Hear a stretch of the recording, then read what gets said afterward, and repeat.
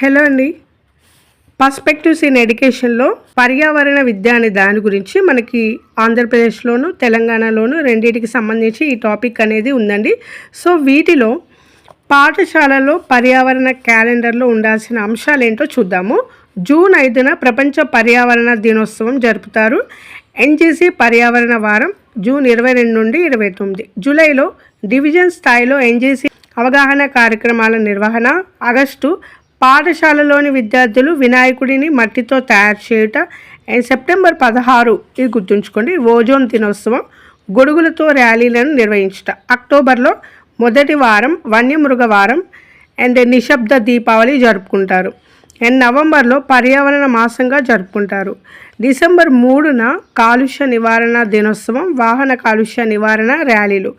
జనవరిలో చమురు సహజ వాయు సంరక్షణ, జనవరి 15 నుండి 31 వరకు. అండ్ నెక్స్ట్ ఫిబ్రవరిలో ప్రపంచ తడి నేలల రోజు నిర్వహణ, ఫిబ్రవరి 2న. మార్చ్లోనేమో ప్రపంచ అటవీ దినోత్సవం జరుపుకుంటారు. ఎప్పుడు అంటే మార్చ్ 21న. సో ఇవి పాఠశాలలో పర్యావరణ క్యాలెండర్లో పొందుపరిచిన అంశాలు.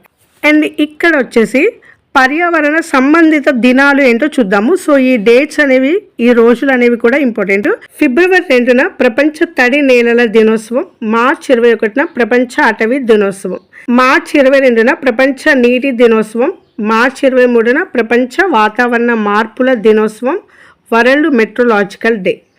అండ్ నెక్స్ట్ ఏప్రిల్ 22న ధరిత్రి దినోత్సవం, మే 22న ప్రపంచ జీవ వైవిధ్య దినోత్సవం.